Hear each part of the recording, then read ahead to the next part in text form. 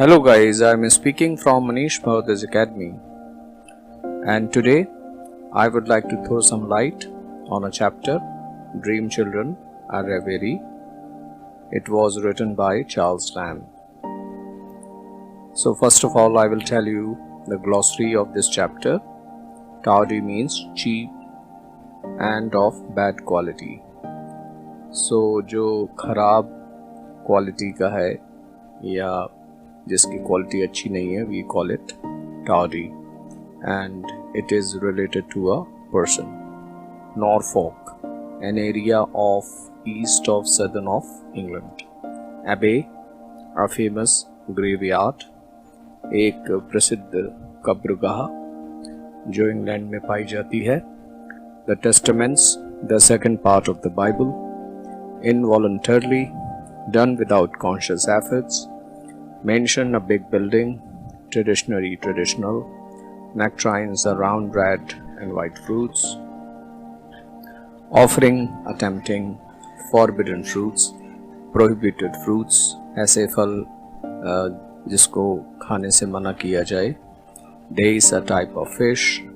Busy idle, an oxymoron, विरोधाभासी शब्द. Coyness, bashfulness, shyness. शर्मीलापन, difficulty, aloofness. Representment, reincarnation, पुनः अवतरित होना. Lead, a river in haze. Now I will tell you the summary of this chapter in both Hindi and English. Just like all the children do, Lamb's children also wanted to hear their parents' childhood stories. One day he was telling them about their grandfather Field, who lived in a great mansion in Norfolk. The house she lived was 100 times bigger than the house they had lived in presently.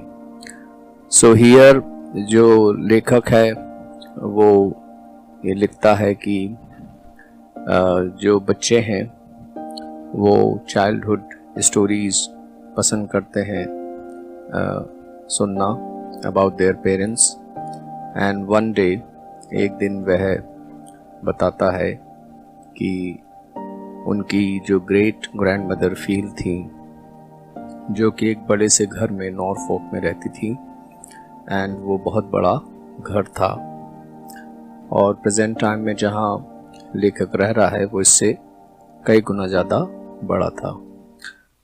The children had also heard from the ballad of the children in the wood about the tragic incidents that had taken place at that house. The tragic story of the children and their uncle had been carved out in wood upon a chimney piece. However, a rich man replaced the wooden one with a marble one and the story was lost. Lamb mentions that Alice showed her displeasure when she heard that. And लेखक अब यहाँ पे बताता है कि एक tragic incident वहाँ पे हुआ था और उसकी कहानी वो बच्चों को बताता है कि कैसे दो बच्चों को जंगल में भूखा छोड़ दिया जाता है और वहाँ पे उनकी डेथ हो जाती है और इसकी स्टोरी वहाँ पे चिमनी पीस पर लिखी जाती है और एक रिच व्यक्ति आता है और इस चिमनी पीस को रिप्लेस कर देता है मार्बल से, जिससे कि ये स्टोरी कोई और दूसरा ना पढ़ सके.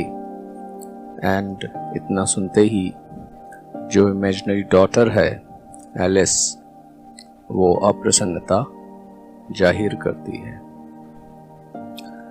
Lamb tells the children that grandmother Field had been given the charge of the house since the owner liked to have in a more fashionable mansion. He tells that she was very religious and very attractive lady. And अब Lamb बताता है कि जो उनकी grand mother है वो कैसे उनको इस घर की रखवाली के लिए रखा गया. And it was a fashionable mention, बड़ा घर था, आधुनिक घर था. And she was very religious, वो बहुत धार्मिक थी एंड एक आकर्षित करने वाला उनका व्यक्तित्व था. And she was respected by everyone and वो घर का बहुत ख्याल रखती थी. and after her the old ornaments of the house were removed and set up in the owner's house. And उनके बाद कैसे उस घर का सामान दूसरे घर में शिफ्ट कर दिया गया. When Lamb mentions that the old ornaments could not fit decently in a new mansion, John, imaginary son, smiled to express his agreement that it was a foolish act. और जब इमेजिनरी लड़के ने ये सुना कि कैसे पुराने घर का सामान नए घर में फिट किया गया, तो उसने ये सोचा कि ये बड़ा ही मूर्खतापूर्वक निर्णय था. She was such a good and religious woman that huge number of people attended her funerals, that she knew all psaltery by heart, and also a great part of the Testament also suggested that she was a good and religious woman. She also used to be considered the best answer to a disease called cancer forced her to stop dancing. However, her spirits still remained upright. Lamb mentions that she slept in a lone chamber of the great lone house, on her own, despite that the ghost of two infants glided up and down the stairs near which she slept. During those days, Lamb himself would sleep with the maid because he was scared. He mentions that he was far less religious, but he never noticed the ghost. John was trying to look courageous at this moment. And यहाँ पे Charles बताते हैं कि उनकी जो दादी थी वो बड़ी धार्मिक महिला थी, एंड उनको बाइबल के 2nd चैप्टर्स रटे हुए थे, और वो बहुत अच्छी डांसर थी, और उनको अपना नृत्य रोकना पड़ा क्योंकि वो कैंसर से पीड़ित हो गई.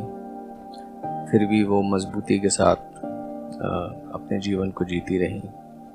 और यहाँ पे चार्ल्स लैम्ब ये भी बताते हैं कि वो कैसे इतने बड़े घर में अकेले रहते थे और डरते थे, और उनकी दादी निडर थी, वो अकेले उस घर में रह पाती थी, और एविल स्पिरिट्स उस घर में हुआ करते थे, लेकिन उनको बिल्कुल भी डर नहीं लगता था क्योंकि शी वॉज रिलीजियस.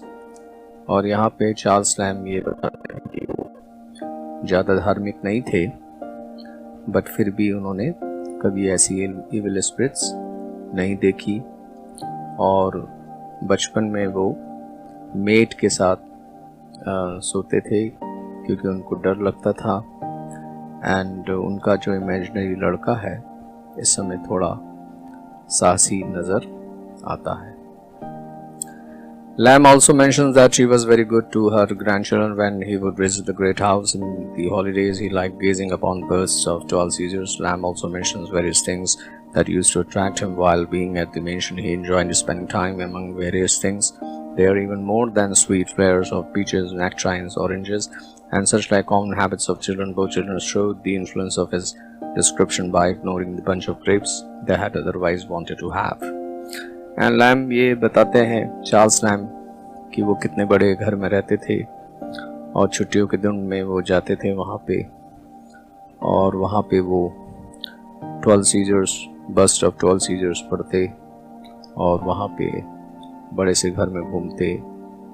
वहाँ बहुत सारे फल फूल लगे हुए थे, और बच्चों की आदत होती है कि वो फल फूल को तोड़ के खाते हैं, लेकिन उनकी दादी जो थी बहुत स्ट्रिक्ट थी, और वो ऐसा कुछ करने से मना करती थी. तो पहले बच्चों को ग्रेप्स जो ऑफ़र किए गए, उन्होंने उसको खाने में इंटरेस्ट दिखाया, लेकिन जो चार्ल्स लैम्ब ने जब उनको बताया कि उनकी दादी बहुत स्ट्रिक्ट थी, तो उन्होंने वो ग्रेप्स खाने से मना कर दिया. Lamb tells that the children Uncle John Lamb was liked particularly by Grandmother Field. From amongst all her grandchildren, he was more handsome and spirited than the rest. He was so spirited that the rest would spend time at the mansion. He would ride a horse for a long distance and would even join hunters. Lamb mentions how he had missed their uncle when he died. Although he did not show it that much, he missed the uncle's kindness as well as crossness. Lamb also mentions that the uncle's lameness repeatedly which shows that he had been very concerned for him. The children felt uncomfortable with the description of the uncle and urged them to tell about their pretty dead mother. अब यहाँ Charles lamb अपने बड़े भाई की बात करते हैं कि वो बहुत साहसी थे और उनकी दादी के फेवरेट भी थे, जोश से भरे हुए थे, एक अच्छे हॉर्स राइडर थे, एक अच्छे शिकारी थे और दयालु भी थे और वो उनके मित्र समान थे। लेकिन अनफॉर्चुनेटली उनकी भी डेथ एक मिस्टीरियस हेल्थ इशू के कारण हो जाती है और यहाँ पे बच्चे दुखी हो जाते हैं, अनकंफर्टेबल हो जाते हैं एंड वो अपनी जो उनकी माँ थी उनके बारे में सुनना चाहते हैं। Then Lamb told that he courted their mother, the fair Alice W.N. for 7 years. He also tried to clarify to the children how he had faced problems due to her bashfulness and denial. At this point, he noticed a strong similarity between the appearance of his wife and that of Alice's imaginary daughter. He feels as if his wife was communicating with him through Alice. Finally, he woke up and found himself in his armchair where he had fallen asleep. He states that James Celia was no more there, and everything that has been mentioned in the essay so far was being described by Elia. अब Charles lamb बताते हैं कि उनकी प्रेमिका के बारे में जिसे वो प्रेम करते थे और वो काफ़ी शर्मीली थी और उन्होंने उनके प्रेम को स्वीकार नहीं किया और जो इमेजिनरी डॉटर है वो उनकी प्रेमिका जैसी नज़र आती है एंड ये सपना देखते देखते चार्ल्स लैम्ब अपने सपने से बाहर आते हैं। वो अपने आप को अकेला बैठा हुआ पाते हैं और अपने सिस्टर जेम्स एलिया को वहाँ वो नहीं पाते और इस प्रकार से ये कहानी ख़त्म हो जाती है और वो इमेजिनरी चिल्ड्रन जो वो दिखते हैं वो उनसे दूर चले जाते हैं। Important characters and their qualities. Mary Fields, Lamb's grandmother. Mary Field जो Lamb's grandmother थी वो she was a religious lady. She was a terrific dancer. She was kind-hearted. She was very bold lady. She was very famous amongst the people. She was very strict.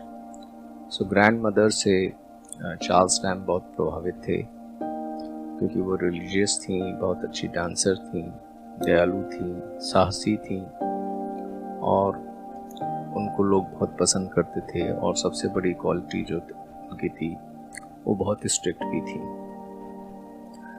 Second character जो हम इसमें पाते हैं वो Charles lamb है जो कि खुद राइटर है। He was so emotional, he was depressed, he was very loving and caring, he was faint-hearted, he was alone in his life, he was a great writer, he was nostalgic. Charles lamb के बारे में पढ़ के हमको ये समझ में आता है कि वो बहुत इमोशनल थे, डिप्रेस्ड थे, लविंग एंड केयरिंग थे, डरपोक भी थे और अपने जीवन में वो अकेलापन महसूस करते थे। He was a fantastic writer और काफ़ी नॉस्टैल्जिक थे, अपनी पुरानी बातें घर की याद करके वो इमोशनल हो जाते थे। John lamb, elder brother of Charles Lamb. Elder brother of Charles Lamb, very bold, very handsome, very loving, caring, very honest in his work, expert horse rider, not very emotional. John lamb जो Charles lamb के बड़े भाई थे उससे वो प्रभावित थे और वो काफ़ी बोल्ड थे, साहसी थे, देखने में अच्छे थे, लविंग एंड केयरिंग थे, ऑनेस्ट थे अपने वर्क में, अच्छे हॉर्स राइडर थे और चार्ल्स लैम्ब की तरह वो इमोशनल नहीं थे। John and Alice, imaginary children of Charles. Imaginary children थे ये दोनों बच्चे, John and Alice. John was an imaginary boy, Alice was an imaginary girl. They both were eager to know about their family. They were close to Charles Lamb. Alice looked like her mother. She had blue eyes and brown hair. John and Alice Charles lamb के दो ही स्वप्न में आते हैं और कैसे वो अपनी परिवार की कहानी को बताते हैं। जॉन इमेजिनरी लड़का है यहाँ पे कहानी में, और जो एलिस है imaginary daughter है, and they were interested to know about their family, and Charles Lamb treated them as real children, however they were imaginary children. Alice अपनी माँ की तरह दिखती थी, she had blue eyes and brown hair. Anne Simmons जो Charles lamb की प्रेमिका थी, और she was a fiancée of Charles Lamb. She was very beautiful. She was an ambitious woman. She had left Charles Lamb. She married to another person. She was selfish. Anne Simmons, जिनका दूसरा नाम Alice WN था, वो Charles lamb की प्रेमिका थी, और she was very beautiful. बहुत महत्वाकांक्षी थी। चार्ल्स लैम्ब को उन्होंने छोड़ दिया था, एंड उन्होंने दूसरे व्यक्ति से शादी कर ली थी, एंड वो स्वार्थी थी, और इस कारण चार्ल्स लैम्ब जो थे वो डिप्रेशन में चली गई थी। Thanks for watching. Please subscribe, like and share now. Take care, bye bye.